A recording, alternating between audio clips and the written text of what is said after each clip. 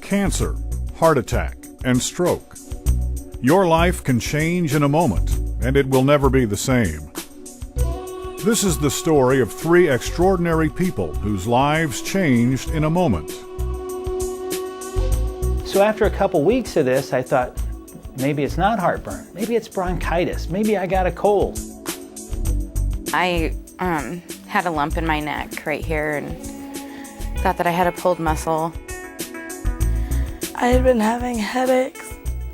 I knew there was something wrong, so we went to the hospital, approximately 30 miles away. Meet Tim, heart attack survivor, husband, and father of 6. Ashley, cancer survivor, wife and mother of 2. And Tasha, stroke survivor and single mother of 2.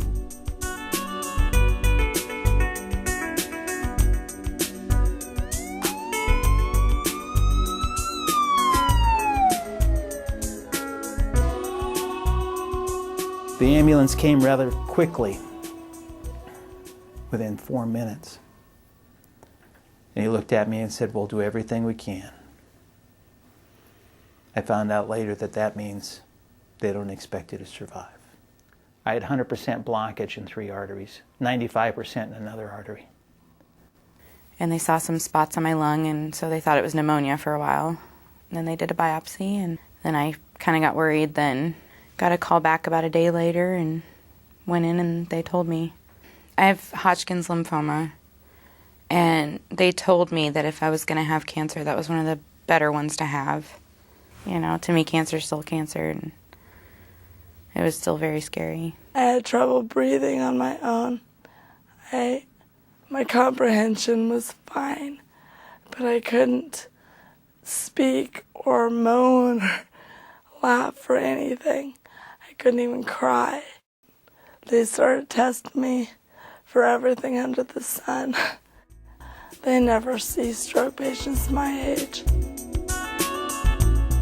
The good news is, with today's medical advances, people now survive, when just a few years ago, they would have died. What? I've had a heart attack? But I'm in great shape. It can devastate your family. It can blow apart all the hopes and dreams you have. I went through 12 weeks of chemo, and I stayed at home during that time because I was really, really tired and drained and just didn't have the energy to get myself up. And my husband was working a lot to try to get some money saved up for us and get everything paid off. I was working full-time prior to my first stroke. I didn't return to work afterwards. I actually quit.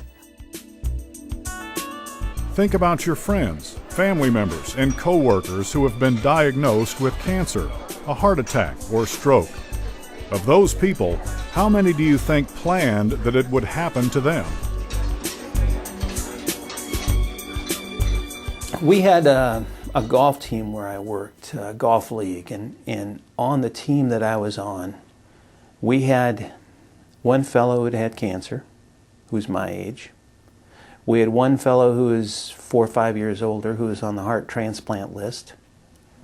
We had another person who'd had diabetes, and another person who'd had a heart attack. I never thought I was going to have a heart attack. Never thought it would happen to me. Never even crossed my mind. Never really realized what cancer was, you know, until it happened to me. It's unbelievable. People my age, people younger, people older, and it's just unreal how many people are going through this and how many people are, you know, getting it now. And don't ever second guess Mother Nature. You never know when someone you love or you're close to or you're married to might have something happen. I never, ever in a million years thought I would have a stroke. Few people realize the hidden costs of critical illness, including a spouse or family member taking time off from work. A recent study from Harvard reported that half of all bankruptcies were the result of a serious medical condition.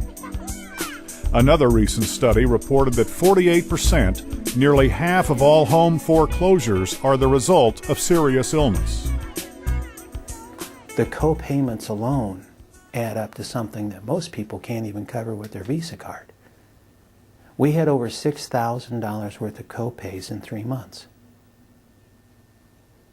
People don't realize the hidden cost of a catastrophic illness. It completely wipes out everything.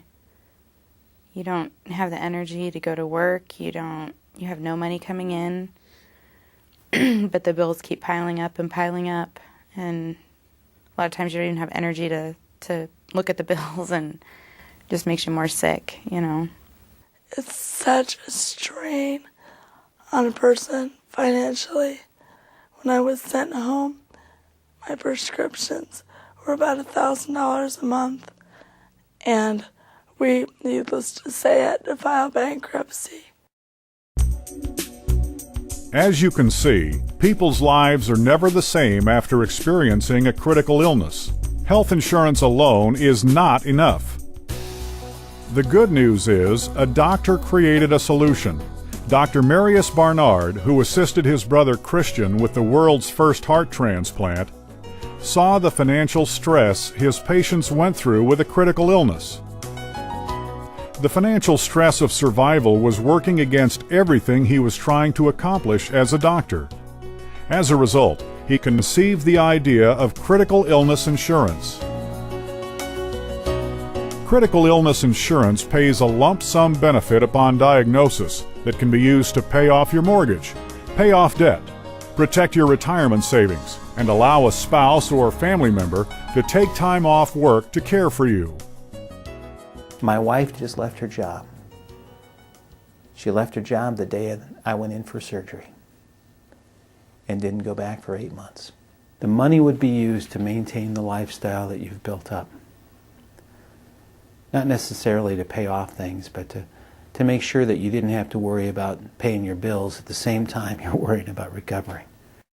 There wouldn't be so much stress on our family right now. We wouldn't be trying to scrounge and save everything that we have to pay our bills, and we'd be able to focus more on our education. And I urge so many people that don't have it to get some kind of policy, because you can't be stuck without it.